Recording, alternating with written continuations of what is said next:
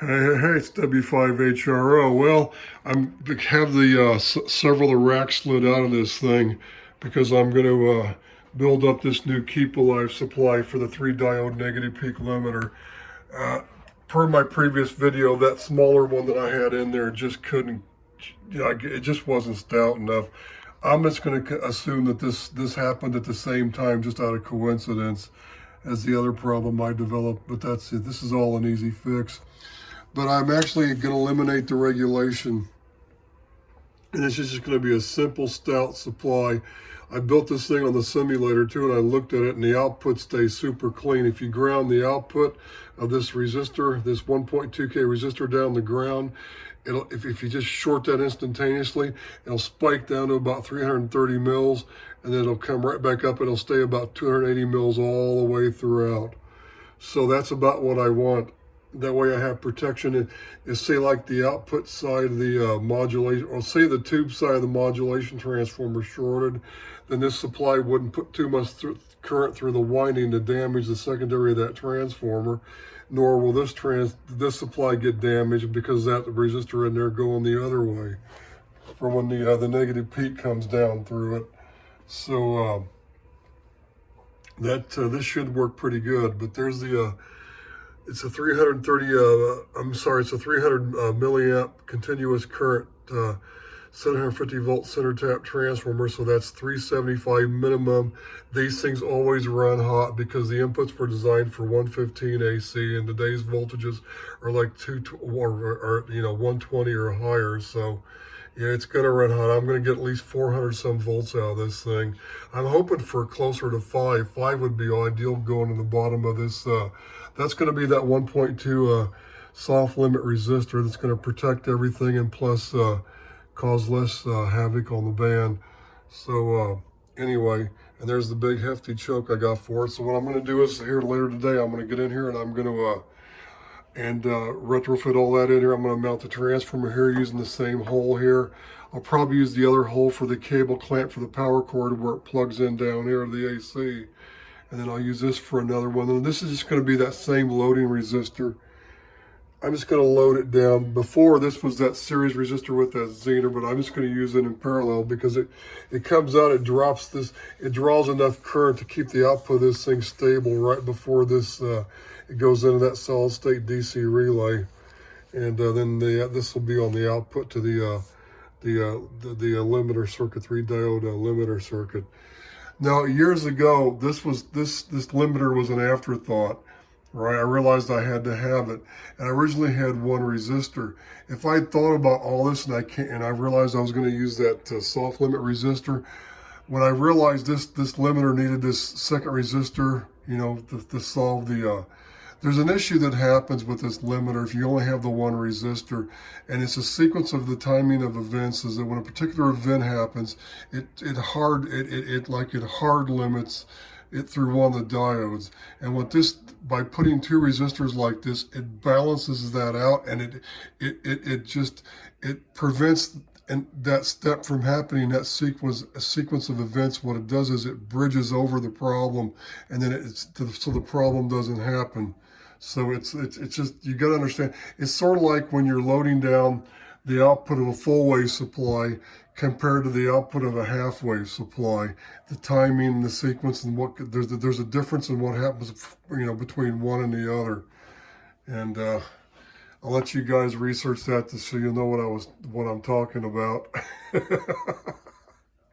Anyway, but see, there's that solid state relay. It's still good too. So it just, what happened is that Zener and then one of the pass transistors on that supply shorted out, and I didn't have the output, of that transformer fused in any way, and it just melted down the transformer, and it was too small anyway. That's why I was using the regulator, using that pass transistor, using the two of them like that, connected together like that to try to, amplify the current, and it just wasn't enough, I guess. So I've got the answer to the problem, and this will work a lot better. Plus, it'll push my envelope up a lot higher positive, so this will work good. But it's going to have a soft, springy cushion. That resistor is going to be the soft, springy cushion down at the bottom. So it'll be like bouncing on a pogo stick, so to speak. So there's that modification. I'm going to start this later today here. And by the way, it's Christmas. Merry Christmas. And I was also looking at the speech amp driver.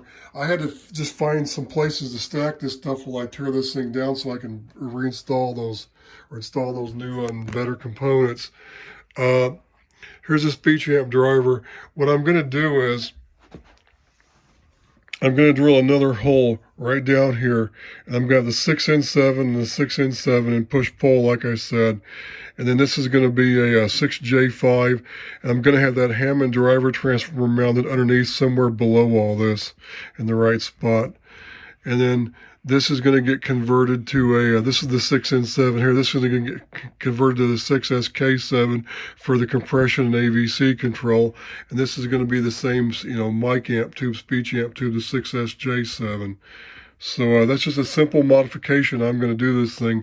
I'm not sure this power transformer is big enough to power up, get 20 with the extra power this thing's going to put out. It may be light. I may have to put some storage capacitance on the center taps of that driver transformer on the input and the output both to compensate. So, but that's just in here now. Just so this is the last thing I'm gonna work on. The main reason. Well, let me show you also the schematic of that new modified speech amp driver circuit. There it is. And I already have all the components. I'm ready to do it. So there it is. The 6SJ7 going to the 6SK7 compression tube and the AVC control. And the 6J5 for the medium U trial going through the driver transformer right to the grids of the paralleled. This is push-pull parallel 6N7, just two of them, and they're just paralleled internally. You just short them together because they have common cathodes. You just short the plates together and the grids together. They have the same characteristics as like a 6B4G does or a 6A3. So, and I was using 6A3s, which is the same too. So that's basically, that's what it is when you hook them up like this. You just get more power out. So that's the answer to that other problem. So. But when I was looking down here, I was looking at this is the actual modulator rack. I laid it down here just to find some place to put it. So I started looking it over and see there's the mod transformer and everything down there. But I got to looking underneath here and I realized I had this is not really much to this. It's just everything's just wired up. The big green wires are the filament wires, and then of course the red wires are the plates and the grids and stuff. The yellow wires right there coming from that driver transformer, and the red wires are coming from the other. I think the red wires are the input and the yellow wires are the output. Yeah, they are. So I don't know why I keep doing that for.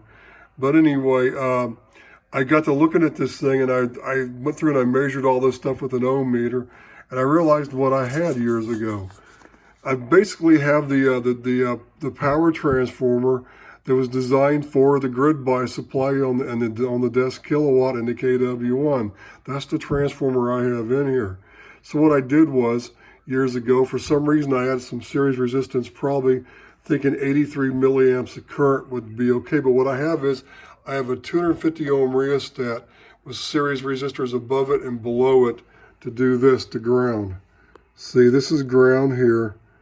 So I have 1200 ohms total in series, which is giving me 83 milliamps, because here's the power cord. I plugged this thing up with the voltmeter, and this supply comes up to like 100, so like 101. It flickered between like 101 to 102 volts. And I've got a 20, it's choke input. I've got the choke. Where's the choke? I do have a choke on it, right? Let me look at it. That's the one thing I forgot to look at. Yeah, there's the choke right down there. There it is. See that? It's sort of sandwiched in there. And then there's the 5R4 rectifier tube. And so basically, it's just got to, it goes through the choke. It goes through this 22 mic cap to ground on the output of the choke. So it's a choke input filter, not a capacitive input filter. And then I added one more of the 22 mics at the wiper of this pot to ground, where it goes. This is the grid. This goes this goes to the secondary of that driver transformer, which is each end goes the grids of the 810s. So there's the minus 55 volt grid bias supply for the the 810s, and this is what I was looking at. Now, I looked in the data sheet for the 810s, and their maximum current draw is about 35 milliamps per tube, maybe 40, worst case conditions. So, so basically times 2 for 2 tubes, that would be 80 milliamps at a worst case. And this is 83, and by the time this divides off here, it's going to be a lot less than 80. So what I should do is, in the meantime, I should beef this string up. I think what I'll do is I'll pull out that 5R4 rectifier tube, and I'll put the diode, solid state diodes in its place, and I'll get the voltage up, which will instantly bring this current up. But I may take off this, I may bypass this 100 ohm resistor here to get more current going through this string. Then I could put a cap here to ground, like maybe a 47 mic to ground, have enough storage so the grids of the tubes have enough so they don't die when they get pulled up. So anyway, when they get modulated in the positive direction. But that's I can see what I did years ago, and because this is the one thing I never did document the supply on this. You can see there's really not much here. It's just a simple choke input supply with about 83 milliamps through that string, and I should have had it closer to 100. I should have it at least at 100. 100 milliamps on that string would probably help, and that's what I should shoot for on it. So I should get 100 milliamps flowing through that string at least. Maybe a hair bit more, but at least 100. So 83 is too light. So I can fix that. And the other thing I noticed is these are the red wires that go the grid caps that go on the 810s, the grid of the 810s. I don't have any swamping resistors down the ground. And a lot of the guys in the old days, they used to use like 1.5K resistors down the ground on each one. I might go a little higher, but that sort of makes the output of that transformer happy. And it tries to keep the tubes, it tries to hold them in rain a little bit. It kind of reins them in. Because what happens is when you go from the 60 milliamps up to the 500 milliamps peak on those tubes, it's like from one extreme to the other. And it's that the swamping resistors help stabilize all that and gives it some sanity for the output of the transformer. So it'll improve the impedance. It'll actually make the thing sound better because it'll help hold the impedance more stable. But I'm just worried that 1.5Ks are too small. I may go a little larger. May go like a 2K on each side, or maybe a 2.5 on each side. Just to try to keep it like at least to a 1-to-1 ratio from one side of the transformer to the other at a maximum. So anyway, but there's a circuit on that, and this is going to be a pretty easy fix. Now there's another idea, another thing I could do. See that 5R4 tube? Well, that's the same socket as the is it a 6AS7. The tube number is either 6AS7 or the 6SA7. It's the one tube that's got it's like two 6A3s in one, right? It's a dual triode. And they're good for current regulation and buffers. So there's a guy that came up with the mod. I think I have a picture of it here somewhere. You can see I've been going through all this stuff with the speech amp and everything. I was going through, now I realized that the transformer I have in there, actually, when I add these other tubes in here, I'm only going to have 2.5 amps total current draw through the whole thing, whereas I currently have 3.1 amps. So when I change all these tubes around, I'm actually going to have less draw on the filament winding on that transformer, 0.5 amp less, little more than 0.5 amp less, 600 milliamps less. So from 2.5 amps to 3.1. So you can see, and then the plate current, I'm going to have a total of 161.2 compared to the 173 with the other configuration. Oh wait, no, I was looking at something else there. Well, I was, but I wasn't. So, yeah, and then on the 6 and 7s compared to the 6A3s, see the 6 and 7s are going to have 35 milliamps on each tube. The 6A3s are going to have 40 for the 80 compared. That's going to be less too with the 6 and 7s. So all the currents that I came up with Oh yeah, see here were the old currents I was looking at. I was doing a comparison. This is the current configuration. 6SJ7, 6N7, 6A3s. So I have my current thing draws a total of 173 milliamps as far as all the plate currents. A little more if you add up all the screen currents and the other stuff. But basically for the plate currents, it's actually going to be less with this modification. See, it's actually a little less. So making this mod on that speech amp driver that rack that's in the closet is going to actually lower the currents on everything. So that's pretty good. But as far as the peak-to-peak plate current of the output of the tubes, it may load it down a little more compared to the 6A3s, and I'm sure it will.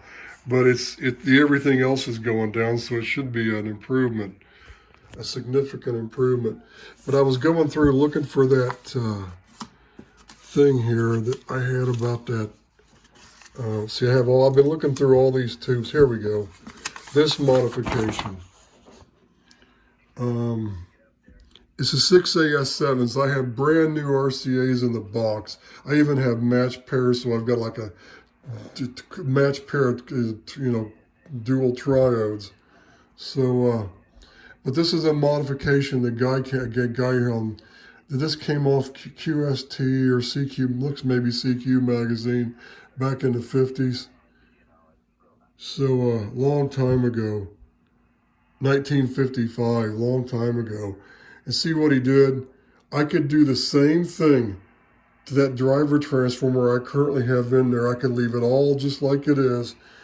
And I'm thinking I could pull out that 5R4 solid state out of with a couple diodes on the bottom side of the chassis, eliminate, and I could use that socket, and I could put that 6AS7 in there, and I could actually do that modification. The only thing is, I'm going to be short of the other two supplies that it needs, because I'm going to need the 400 volt supply and the negative 200 volt supply. So I need a transformer where I can generate both of those voltages, the one negative and the one positive. So it would require adding another transformer in here somewhere. And I don't think, I don't know where I'd even put it. That's sort of the issue. So that's kind of why if I had another supply to do that mod, I could probably find a small enough one in there. It won't take that. Well, the 400 volt supply would have to be. But you can see what you do is use the 15K resistors to the grids of the 810s, and then it's just basically a buffer between the output of the driver transformer like that I currently have in there and the grids of the 810s. It's just cathode follower buffers is what it is, and it just you don't need a lot of power from the driver. Then I could just configure this thing to where everything is just sitting there loafing nice and happy, where nothing overdrives. This stage doesn't overdrive. This one does. I could just make it all happy, smooth it all out, and it would be never have to worry about it ever again. It's just that this is a lot of work. That's a neat modification, which probably solves the main. I know this is the ultimate mod you could do. It's just that, do I want to do it? And I'm wondering if I pop in that 6AS7 in there, will the tube be too close to that transformer? Because the glass envelope's bigger. It might be okay. But there's a hole that's already there in the socket that'll already work for that tube that I have in there. I mean, I could put that tube in there, just unwire all the wires from the socket and just rewire it for the other thing. It's just that where am I going to get the other supply?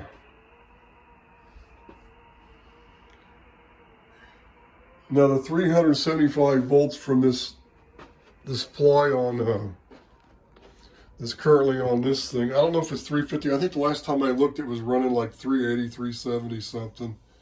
That's why I changed it on all my schematics, because I realized it was running hot. That output does go down through a wire that plugs into that modulator rack, which runs the power to the secondary of that driver transformer, because the driver transformer is on this chassis. It is down here. It is down here. So the DC, that B plus does run down there, so I do have access to 375. Whether there's enough current I could run it over for the 6AS7, I don't think it may not be enough. if I was to change the transformer on this speech amp driver rack and put a bigger one on there, then yeah, I could make it work. I really don't want to do that. That's going to be like the last resort. It's funny, as in the end I wind up doing that, have to go that resort anyway, but I don't think it's going to be an issue. I think I can greatly improve this thing by adding a couple swamping resistors, getting the current up on that supply a little bit. I don't even think I'm going to need to regulate it. It looks like it's okay. If I just tweak this circuit up a little bit, and I think it would be all right. It's still going to require some more drive, but you know, which this modification to that speech amp driver will do. But it just depends on which route I want to go with it. If I want to make this really easy, I decided, since I have to go in here and I have to redo this limiter, keep alive supply limiter supply circuit, that I need to just take these racks out here. So while I've got them out, this is why I'm looking, because like I said, I don't remember what I did on this years ago, and now I do. So now I've drawn it, I know what I've got, and I already know what this is. This is that general purpose speech amp driver modulator section of that general purpose modulator from the William Moore handbook. You know, component per component, and that's the problem. The circuit has a few issues, so that's going to get taken care of next, as soon as I get this new supply put in here later today.